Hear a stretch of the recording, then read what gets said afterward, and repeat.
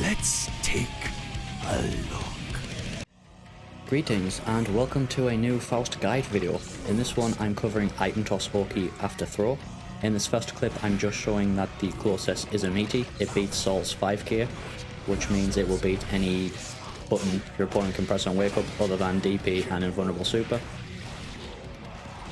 Sol's 5k is 3 frames, so 5 frame punch normals like 5p and 2p will also lose to it. The item I'm specifically covering in this video is Afro, as I think it's actually one of the stronger items you can use after throw. These first few clips are showing fast RC jump H.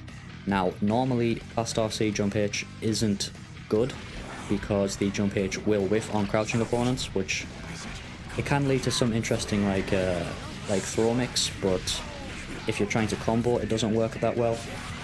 But because of the structure of this combo, you can force the opponent to pick up the Afro, and when they're in the Afro state, the fast jump H will connect. So it leads into an interesting combo route that normally isn't available, since you can go into process jump D after the fast RC to get the Afro detonate, which allows you to do an air dash or re-land and go into a different combo string. Not a different combo string, a different combo ender. I'll show a couple of different versions of this combo from round start and full screen.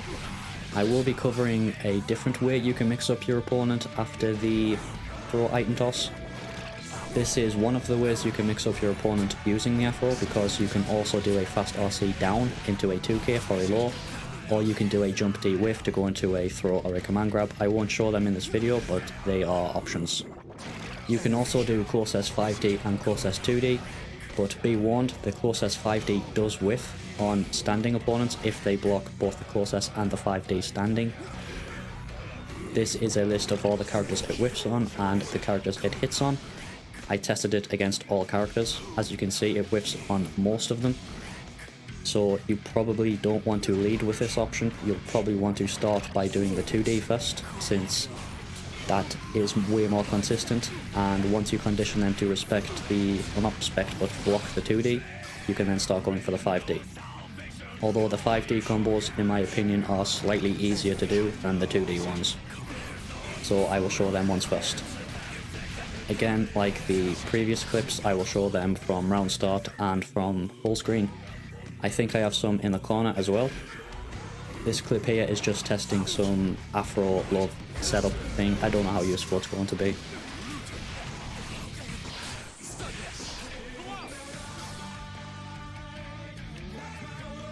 I will show multiple different versions, from ones where you do air dashes and ones where you land and you try to combo again off the ground. I'll show a couple that create space so you can go back to zoning, and some that can put your opponent in the corner or get a wall break. There is quite a bit of variety you can get from these combos, so just pick the ones that you prefer. Most of them do decent damage anyway, so you're not really losing out on too much damage, depending on the one you pick.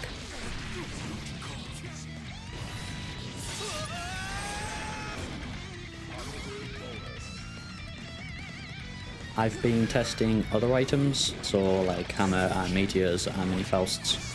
I'm not entirely sure how good some of these items are, since it's kind of tricky to use them in combos, although you can get some nice pressure from them, particularly hammer, because you can use it for better strike throw mix and a little bit of stagger pressure, stuff like that. Fairly similar to the 2D situation.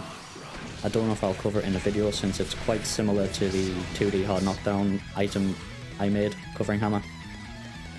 I am going to experiment with other items to see if there's any kind of interesting stuff you can get from it like this, but Afro overall seems like a pretty good item in this situation, since you can force the pickup, and most of this stuff, even on block, because you're spending meter, is safe. And due to the Afro being ignited at the end of this pressure, assuming your opponent blocks it of course, you're in a pretty good situation, since, you know, 6p's off the window, so you can jump a lot. You don't have to really worry about it. You don't have to worry too much about a dash up 6p. You don't really have to worry about low profile stuff, because Afro extends the hitbox upwards. So things like Night Raid Vortex, Stroke the Big Tree, Stun Dipper aren't as useful. So you're in a pretty good defensive position, even if the Afro doesn't blow up. If it does blow up, of course, you get pretty decent combos that do quite high damage for Faust. His bread and butter combos don't normally do this much, which is nice. So yeah, I'm going to try and memorize this and find a way to get my brain to use it in my online matches, because I actually think it's quite decent overall. Of course, it is RNG, you never know when you're going to get the Afro, so, you know, it's a gamble, but everything with Faust is a bit of a gamble, so in that regards, it's no better or worse than anything else. I think that's all I wanted to cover in this video, so I will leave you with whatever's left in the background. I hope you learned something from it. If you need any more information about anything I've shown in this video, leave a comment and I will try to help you out. I hope this video helped you out. Thanks for watching.